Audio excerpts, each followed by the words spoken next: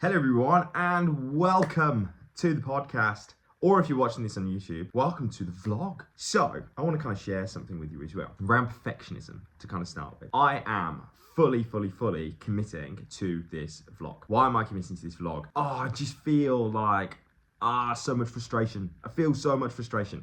Why do I feel frustration? I feel like I have so much to offer to you guys. Like, I feel like I have so much to share. I have so much to, so many lessons, so many things that I've really been able to overcome and difficulties that I've been able to overcome, and I can share them. But I'm just really trying to figure out the best way to kind of distribute that message. And it's been a real frustration.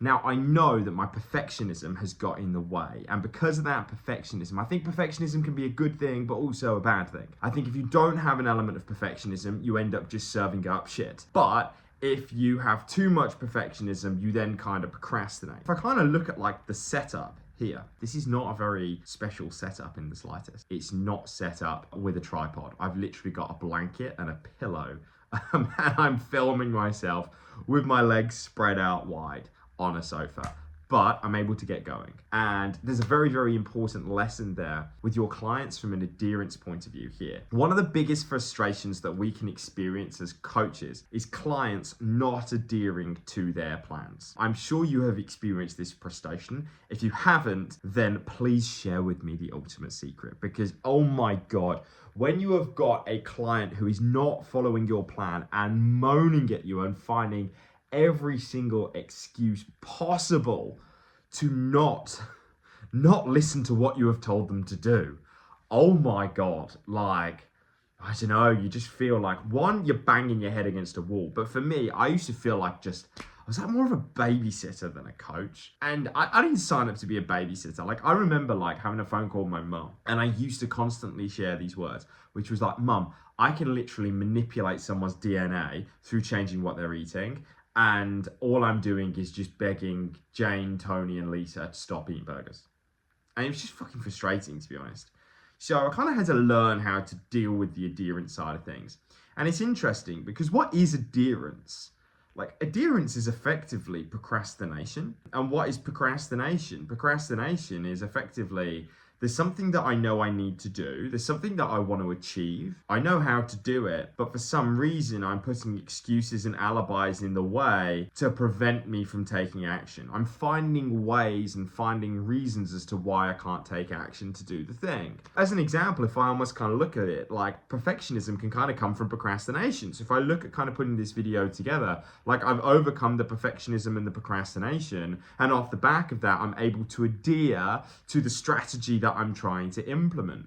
Now, it's really interesting actually, because I actually learned a really powerful way to overcome the challenge of adherence with your clients with how I actually started to be consistent with my yoga. I've got ADHD, attention span of a gnat, and my mind can run really quickly. And do you know what? When I'm kind of saying that, find me someone whose mind doesn't run particularly quickly. But, you know, I'm a special snowflake, so I'm allowed to basically say, well, I've got ADHD, whatever. Anyway, we move past this. I know that, like, meditation, I know that yoga is incredibly beneficial to me. I knew yoga would be really good because it's an active form of meditation. Also, like, by doing yoga, I don't have a back that makes me feel like a 50-year-old. But for some reason, I would find every kind of reason to not do it. I remember the first time I ever did a yoga class. Me and Alice, we went to, where did we go? I think we were in like the Peak District. Alice took me to this yoga class. I'm going to be honest, like, I put up a huge fight. I was like, I have no interest in attending this yoga class. Like, I just have no interest in going. Afterwards, like, it was amazing. I just felt so calm. I felt like this is exactly what I needed. So anyway, the next day I went back to the yoga class and I loved it again. But then when I came back home, I struggled to do yoga. I couldn't do it. And I was a member of David Lloyd, and they had a yoga class on. The hoops I had to jump through to get onto that yoga class, it was an absolute nightmare. Then in terms of actually going to the yoga class, you know, it's an hour session, but it's 15 minutes to the gym, 15 minutes back. I've got to actively get myself ready to go. I've then got to drive all the way over there, then go and do a class with people that I don't really want to kind of do it with. And it doesn't become a really enjoyable experience for me. And why is that? Because there's so many barriers and so many hoops I have to jump through in order to actually go and do the thing. And I think that this is a really, really important question that we need to ask as coaches when it comes to adherence. How easy are we actually making it for our clients to take action? Are we actually, really kind of taking their circumstances and their situations into account? And have we actually kind of listened to, right, okay, this is what this person wants, but these are the potential roadblocks and barriers that are in the way in terms of them being able to take action? Have we taken those things into consideration? Or have we just said, go and do this thing, and then they have loads of hoops that they've got to jump through, and then they're not going to do it? So again, it's almost kind of like with me filming this video, like my mind goes like, right, okay, for me to like film high quality content, I've got to have this in place, this in place, this in place. But I was like, right, no, strip it down, simplify it.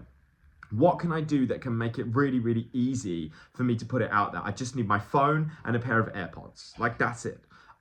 So I made it as easy as possible to remove as much friction that is possible so that I can actually do the thing. And fundamentally, our goal is to get ourselves and also our clients into momentum. If we struggle with adherence ourselves, if our clients struggle with adherence themselves, if we find that we're procrastinating, which is just another fancy word for lack of adherence, we've got to basically see what our core goal is. And our core goal is actually just to get someone into momentum until it becomes habitual. So when we're looking at training, think about when you first started training. How hard was it to actually train? But what was the goal? The goal was just to kind of get started until you got yourself into a consistent rhythm. Like, that was the goal. And it's the same with nutrition. I guarantee there was a time when you weren't particularly good with your own nutrition. You probably weren't particularly adherent, but what happened? Eventually it became habitual. It became second nature. And I see so many coaches talk about habits, but I don't think they realize how a habit is formed. A habit is formed by it being at the forefront of our conscious mind to start with, until it becomes part of us and seeps into our subconscious and basically just becomes like our automatic way of operating. But we have to manually instill that thing until it becomes automatic. So a question to you is, how easy are you actually making it for your client to be able to adhere to the plan? In terms of your instructions, ask yourself the questions. Could I simplify it a little bit more so that I could make it easier for them to take action? Could I remove the barriers? So I look at yoga. I look at my yoga. How have I been able to be consistent with yoga? Well, funnily enough, it's amazing how these things kind of come about. That me and Alice went to Cyprus. So we went on holiday to Cyprus. And actually, you know what? We went in I think it was the first week of November. So it was really nice because it was dead. And it was 23, 24 degrees. It wasn't super hot, but it was nice. And basically, I went into the gym and I was going to go and do some weights. And I went to pick a dumbbell up and my back just popped. And I was like, oh my God, what has happened? How is my back popped? And it was really kind of frustrating. So obviously I couldn't train, and I was like, right, okay, I need to I need to do some yoga or some stretching or whatever, but I don't know how to do it, and they don't have any yoga classes here. So I was like, right, how do I go and do this thing? And I don't know what kind of sparked it. I think, do you know what it was? I just bought an Apple Watch. So I just bought an Apple Watch, and with the Apple Watch, I got 3 months free of Apple Fitness. So I went on the Apple Fitness app and I saw that they had yoga classes on my phone. On their app, they had yoga classes. So I basically just went on the app, went on the yoga class, and they had some I could do for 10 minutes, 20 minutes, 45 minutes. So I just did a 20-minute class in the gym on my own. And all I had to do this yoga class was get my phone up, press play, and just listen to what this person was doing. And think about all of the barriers and the frustrations that I had previously to go to a yoga class at the gym, forgetting my password to get onto the David Lloyd app, having to go through my emails to do that, then trying to log on to the David Lloyd app, then trying to log on to a class and I can't do one for another 10 days, then actually getting myself ready and driving to the class, then doing it with a load of people I don't want to do it with.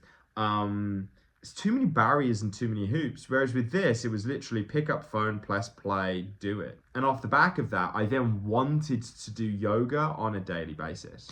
So I think that like, and this massively with our coaching, can help immensely, but also with your content. How can you make it easy for you to actually produce content? How can you make it easy for you to get your clients to take action? And I think that if you're struggling with adherence with your clients, if you find the frustration is really kind of pissing you off, ask the question like, what are the barriers? Like, what are stopping you from being able to take action? Like, what are the things that make it hard? And then work with them to overcome those obstacles. I do, as well as coaching personal trainers, specifically to level up their nutrition game. And I'm talking about existing PTs. I also coach people who are qualifying to become PTs on how to level up their nutrition game. And it was interesting. I did a session last week. So it was on Tuesday for, it was about 35 coaches on the session. And I basically kind of ran through, the core most important aspects of coaching nutrition. And I basically kind of said that the core thing that we need to do is get away from working for our clients and start working with our clients. That's all we need to do, because there's a difference between working for our clients and telling our clients what to do versus working with them and formulating a plan together that's actually going to be able to be actioned. And I think that one of the most important things that we can do, if not the most important things, is gather as much information from our clients as possible. And there's a really, really useful exercise that I found that, whenever I'm almost kind of struggling about like, what's my next step? What actions do I need to take? I basically find what's all of the crap reasons that my mind is giving me as to why I couldn't do this thing. So I ask myself two questions. I go, right, okay, what is it that my mind is saying is I couldn't do that because? Because when I almost kind of ask myself, well, I couldn't do that because of this, I then know like what the obstacle is and what the barrier is that I need to overcome. And all I need to do is figure out what is the solution to overcome that specific obstacle. Does that make sense? So effectively, if my mind, like I look at this piece of content, or no, actually, let's go with the yoga example. I know that I need to do yoga. And my mind says, oh, I couldn't do yoga because right now, there's so many barriers I've got to kind of get to, and it's just not easy for me to do yoga. So I know that the barrier is it's not easy for me to do it. So I know what the question is, which is, well, how can I make it easy? How can I remove that barrier? How can I make it easy to do yoga? So then the other one is, as well as asking yourself the question, I couldn't do that because, you also ask, okay, well, what is it in my mind that my mind says, I could definitely do that if only I had these specific things happening.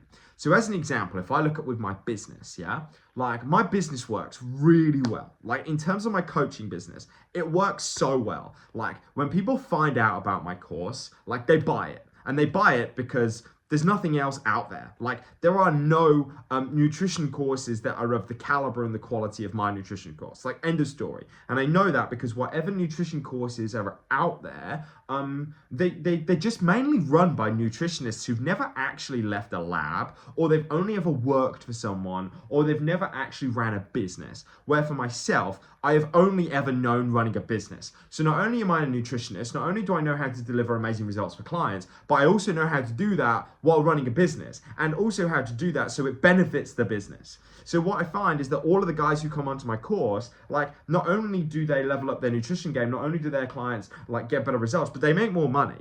And the point that I'm coming at is that is like having an amazing product like that is so lethal. But the frustration that I have is almost like not enough people know that I exist. So in my mind goes, I would be so successful in my business if more people could just hear my message. So I now know what I need to do. So I go, okay, well, how can I get people to hear my message? Okay, well, what are the things that are stopping me from being able to do it? Procrastination, friction. So I knew what the solution is that I needed to create. Does that make sense? So effectively, whenever you're experiencing like that friction, that frustration, you're not able to take action. The same with your clients. Like, ask them the questions like, okay, well, what are the reasons why you don't believe you'd be able to have success with this thing?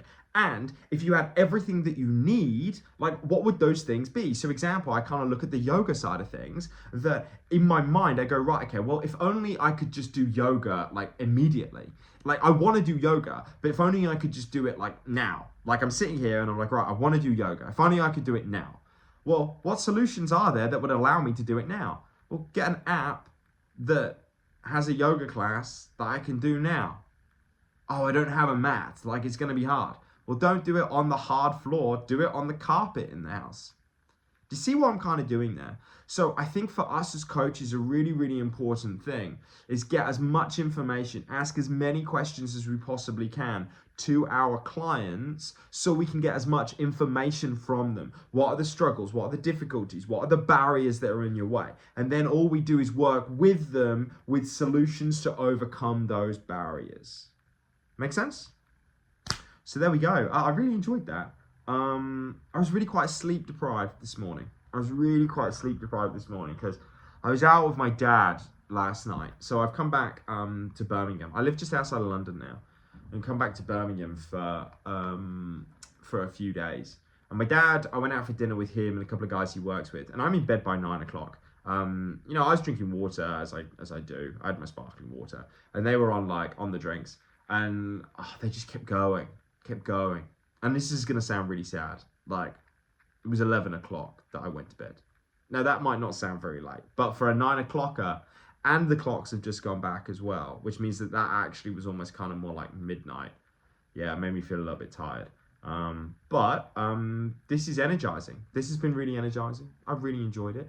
Never forget, if every one of your clients gave you just one new client, you've doubled your business.